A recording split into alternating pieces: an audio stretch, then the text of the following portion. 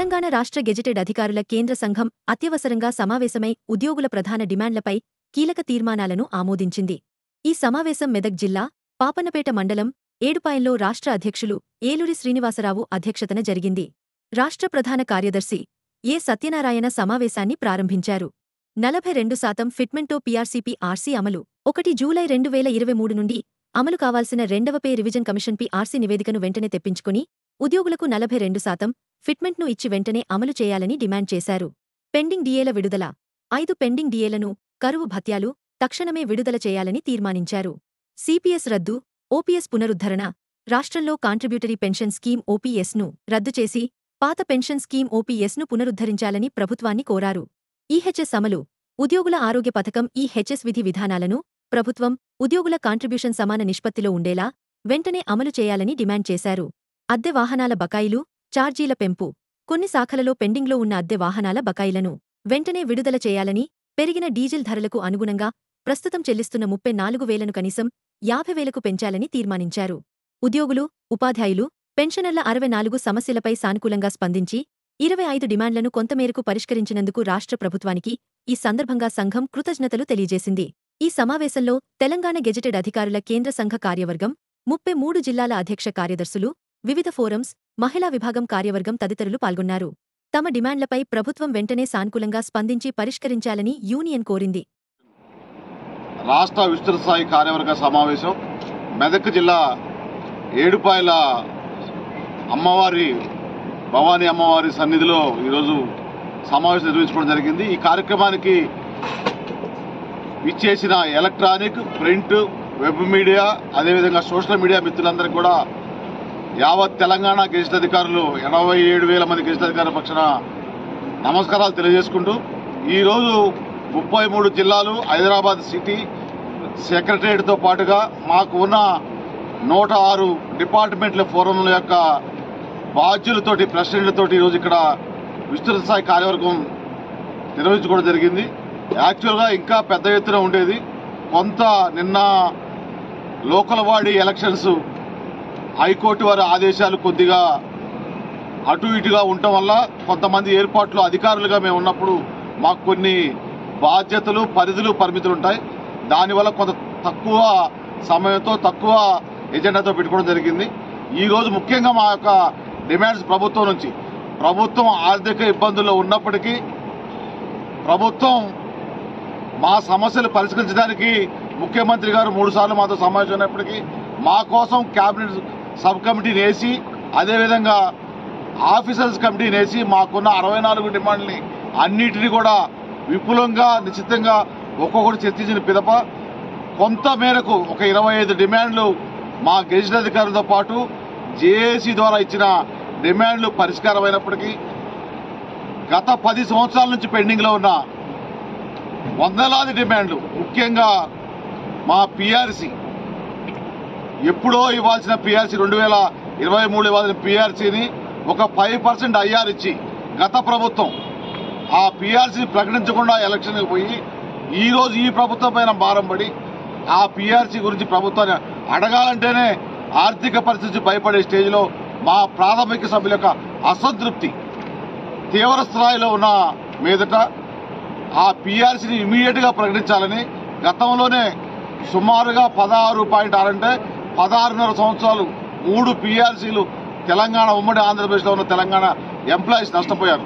ఆ పీఆర్సీ నష్టపోకుండా 42% ఫిట్మెంట్, అది కూడా మేము జేఏసీ నుంచి 51% అడిగిన గెజిట్ అధికారులుగా శాస్త్రీయంగా, టెక్నికల్గా పరిశీలించి కన్జ్యూమర్ ప్రైస్ ఇండెక్స్ కానీ, సెంట్రల్ గవర్నమెంట్ డిఏలు ఇచ్చిన వాటి మీద కానీ, ఇక్కడున్న డిఏలు పెండింగ్ల పైన కానీ, ధరల పైన అన్ని శాస్త్రీయంగా పరిశీలించి 42% ఇమ్మీడియట్గా ప్రకటించాలని చెప్పి రాష్ట్ర ప్రభుత్వాన్ని కోరుతున్నాం. అసలు చీఫ్ సెక్రటరీ గారు ఆ 700 కోట్లు కూడా మేము ఒప్పుకున్నాం. ఒకేసారి 10,000 కోట్లు ఇవ్వలేనప్పుడు నెలకు 700 కోట్లు ఇవ్వమని, అది క్లారిటీ కావాలని కోరుతున్నాం. దీంతో పాటుగా ఏదైతే సిపిఎస్ ప్రభుత్వం ఆల్రెడీ వారి మేనిఫెస్టోలో పెట్టి క్లియర్ చేస్తామన్నారో ఆ సిపిఎస్ కూడా యూపీఎస్ సిస్టమ్ అనేది ఒకటి సెంట్రల్ గవర్నమెంట్ తీసుకొచ్చింది. దానికి పోవాలన్నా వద్దో కూడా ఇంకా క్లారిటీ ఎందుకు లేదంటే ప్రభుత్వం హామీ ఇచ్చింది, మా సంఘాలుగా మాకు నమ్మకం ఉంది సిపిఎస్ రద్దు ఓపీఎస్ వస్తుందని. దాని మీద క్లారిటీ ఇవ్వాలని అడుగుతున్నాం.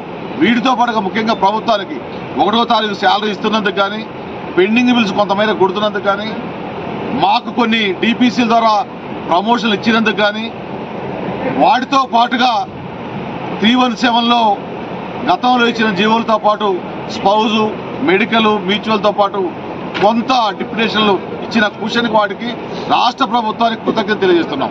మాకు కానీ మా ప్రాథమిక సభ్యులు కానీ, మా సంఘ డిస్టిక్ లెవెల్లో ఉన్న, డివిజన్ లెవెల్లో ఉన్న, మండల లెవెల్లో ఉన్న నాయకత్వం పైన తీవ్రమైన ఒత్తిడి మా రిటైర్డ్ ఉద్యోగుల పక్షాన మెడికల్గా వాళ్ళు రిటైర్ అయ్యి 2023 మార్చి అప్పుడే రిటైర్ అయిపోయిన 2 years రిటైర్ అయిన వాళ్ళు ఓన్లీ పెన్షన్ మాత్రమే వస్తుంది. పిల్లల మ్యారేజ్లకు ఇబ్బంది అవుతుంది. మ్యారేజ్లైన పిల్లలు డైవర్స్ అవుతున్నాయి. కొంతమంది సూసైడ్ చేసుకుంటున్నారు. ఆ గ్రాట్యుటీ, కమ్యుటేషన్, మెడికల్ బిల్ కొన్ని క్లియర్ చేశారు. దానికి ప్రభుత్వానికి కృతజ్ఞత తెలియజేస్తున్నాం. సరెండర్ లీవ్స్ కావచ్చు, పెన్షన్ బకాయిలు చాలా ఉన్నాయి, ఒకటి కాదు. వీటితో పాటుగా పెన్షనర్ల బకాయిలు వాట్సాప్ మెసేజ్లు ఉద్యోగ సంఘాలుగా మేము ఎంత ఇబ్బంది పడుతున్నామంటే, ఇంకా ఎంతమంది చనిపోవాలి, ఎంతమంది ఇబ్బందులు పడాలి, మీరు అమ్ముడు పోయారా, సూట్ కేసులు వచ్చినాయా అంటే వారిని మేము ఏమి అంటే వాళ్ళకి ఆ రైట్ ఉంది. నాయకత్వం మీద మాట్లాడే రైటు ప్రాథమిక సభ్యులుగా ఉంది. మేము గొంతెమ్మ కోరికలు ఏవి కోరట్లేదు. గతంలో లాగా మా శాలరీలు పెంచండి, పిఆర్సీ వేయండి, హైక్ చేయమని అడగట్లే. మా ఉద్యోగులుగా ఉన్న అధికారులుగా ముఖ్యంగా కొన్ని డిపార్ట్మెంట్లలో అద్దె వాహనాలు నెలకి 33,000 ఇస్తారు. ప్రతి ఆఫీసర్కి జీతంతో పాటు వాహనం లేకుండా ఎట్టి పరిస్థితుల్లో మండల లెవెల్లో కానీ, డివిజన్ లెవెల్లో కానీ, డిస్టిక్ లెవెల్లో కానీ తిరిగే పరిస్థితి లేదు. కానీ వారి జీతం నుంచి ఆ ప్రైవేటు అద్దె వాహనానికి జీతం నుంచి ఇచ్చేసిన పరిస్థితి. కొంత పేమెంట్ చేశారు, ఒక 10%. మిగతా పేమెంట్ కూడా సెంట్రల్ గవర్నమెంట్ స్కీమ్లో ఉన్నవి కూడా ఇమీడియట్గా పే చేయాలి. వీటితో పాటుగా మాకు హౌస్ బిల్డింగ్ సొసైటీలు సుప్రీంకోర్టు ఆర్డర్స్ ఉన్నప్పటికీ ఉద్యోగ సంఘాలుగా 243, 44, 45 జీవోలు ఉద్యోగ సంఘాలకు ఇబ్బంది లేదు. అది కొన్ని జర్నలిస్టు సంఘాలకి, తర్వాత సుప్రీంకోర్టులో, హైకోర్టులో పనిచేసే, జిల్లా కోర్టులో పనిచేసే జ్యుడిషియల్ వారికి, గౌరవ పబ్లిక్ రిప్రజెంటేటివ్ ఎమ్మెల్యేలకి, బ్యూరోక్రాట్లో ఉన్న ఐఏఎస్, ఐపీఎస్, ఐఆర్ఎస్ ఆఫీసర్స్కి వాళ్ళకి ఇబ్బంది ఉంది. కానీ కోర్టు వారు కూడా ఎక్కడ ఉద్యోగ సంఘాలకి ఇవ్వద్దని ఎక్కడా లేదు.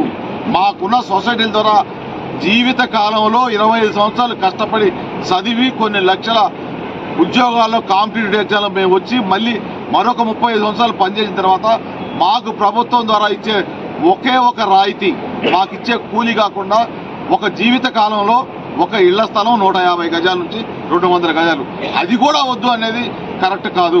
ప్రభుత్వాన్ని పునరాలోచించి మరొకసారి హైకోర్టులో రివ్యూ పిటిషన్ ఇవ్వాల్సిందిగా కోరుతున్నాం. ఈ రోజు కోడ్ కూడా లేదు కాబట్టి మేము దీన్ని ఇమ్మీడియట్గా ప్రకటించాలని ప్రభుత్వాన్ని కోరుతున్నాం. దానితో పాటుగా గత ప్రభుత్వంలో 3 డిఏలు పెండింగ్ పెట్టి ఉద్యోగులు రావాల్సిన ఒక్క డిఏ ఉంటేనే రోడ్ల మీద పడి ధర్నాలు చేసి, బ్లాక్ బ్యాడ్జీలు పెట్టి, లంచం డిమాన్స్ట్రేషన్ చేసి రకరకాల కార్యాచరణ ప్రకటించేవాళ్ళం. 3 డిఏలు గత ప్రభుత్వంలో ఉన్నా కూడా మేనిఫెస్టోలో పెట్టి మేము ఇస్తామంటే పూర్తిగా ప్రస్తుత ప్రభుత్వాన్ని నమ్మి అవుట్ రైట్గా సపోర్ట్ చేసి ఆ 3 డిఏలు వస్తాయని చెప్పి మా ప్రాథమిక సభ్యులు 15,25,000 మంది టీజీఈజేఎస్లో ఉన్న ఉద్యోగులు, 87,000 మంది ఉన్న గెజిట్ అధికారులు ఆశతో ఎదురు చూస్తున్నాం. కానీ ప్రస్తుత ప్రభుత్వం 1 డిఏని పూర్తిగా ఇచ్చారు.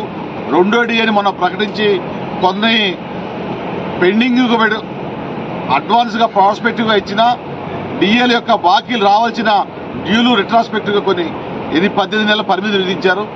3వ డిఏని నవంబర్లో ఇస్తామని చెప్పి ఆ జీవోలోనే మెన్షన్ చేశారు.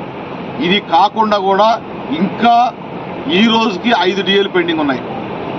నాకు తెలిసినంత వరకు భారతదేశంలో ఎక్కడ కూడా 5 డిఏలు పెండింగ్ ఉన్న రాష్ట్రం లేదు.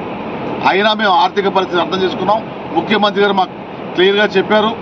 ఎంప్లాయీస్ వెల్ఫేర్ పైన క్యాబినెట్ సబ్ కమిటీ గౌరవ ఉప ముఖ్యమంత్రి వర్యులు మాకు హామీ ఇచ్చారు. కాబట్టి ఆ 1 డిఏతో పాటుగా అదనంగా 1 డిఏని అడుగుతున్నాం ఇమీడియట్గా ప్రకటించమని. మేము దసరాకో, దీపావళికో బక్షీస్ అడగట్లేదు. మేము మా ఉద్యోగులుగా ఏ కొత్త డిమాండు లేదు, జీతాలు పెంచమంటలేదు.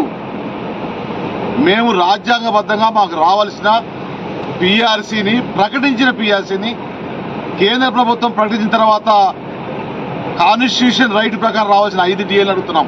మొత్తం డిఏలు కూడా కాదు. మీరు ప్రకటించిన ఒక డిఏతో పాటు అదనంగా ఇంకో డిఏ ఇవ్వమని అడుగుతున్నాం, డిమాండ్ చేస్తున్నాం. మిగతా డిఏలని పిఆర్సీ ఎట్లాగూ ప్రకటించాలి కాబట్టి 42% ఫిట్మెంట్తో పాటుగా ఈ డిఏలు అందులో మెర్జ్ చేయాలని చెప్పి మా యొక్క మెయిన్ డిమాండ్. దీంతో పాటుగా రాష్ట్ర ప్రభుత్వంతో ఎంప్లాయీ జేఏసీ తోటి మేము తీసుకున్న ఒప్పందం ప్రకారం ఏదైతే ఇంకా 10,000 కోట్లు పెండింగ్ బిల్స్ ఉన్నాయో ఇవి కూడా మా గొంతెమ కోరికలు కావు. మేము పనిచేసిన కాలానికి రావాల్సిన జీతము వేతనము మేము దాచుకున్న పని చేసిన టైంలో వృద్ధాప్యంలో కానీ లేదు ఎలిమెంట్స్ ఏమైనా వచ్చినప్పుడు కానీ పనికి వస్తే దాచుకున్న జీపీఎఫ్లు కానీ గ్రాట్యుటీ కానీ కంపిటీషన్ కానీ ఇట్లాంటి సరెండర్ లీవ్స్ కానీ ఈఎల్స్ కానీ మెడికల్ బిల్స్ కానీ వాటి కొరకు రావాల్సిన బిల్స్ ఆ 10,000 కోట్లలో మేమే ఒప్పుకున్న ప్రభుత్వం దగ్గర నెలకి 700 కోట్లు కొడతా అని చెప్పి ముఖ్యమంత్రి గారు కేబినెట్ సబ్ కమిటీ ముఖ్యమంత్రి వర్యులు హామీ ఇచ్చారు. దానిని కూడా 30వ తారీఖు కాకుండా ప్రతి నెల 31 కాకుండా దేనికి ఇస్తున్నారో ఫైనాన్స్ సెక్రటరీ గారిని మేము డిమాండ్ చేస్తున్నాం. 700 కోట్లు మీరు కొడుతున్నారు, ఏది కొడుతున్నారు? సరెండర్ లీవ్స్ కొడుతున్నారా, ఎర్నింగ్ లీవ్ శాలరీ కొడుతున్నారా, మెడికల్ బిల్ కొడుతున్నారా? పోలీస్ డిపార్ట్మెంట్లో 6 సరెండర్ లీవ్స్ పెండింగ్ ఉన్నాయి, మొన్న 2 కొట్టినామని చెబుతున్నారు. ఆ క్లారిటీ ఒకటి మా ప్రాథమిక సభ్యులకి తెలంగాణ గెజిటెడ్ పక్షాన్ని డిమాండ్ చేస్తున్నారు.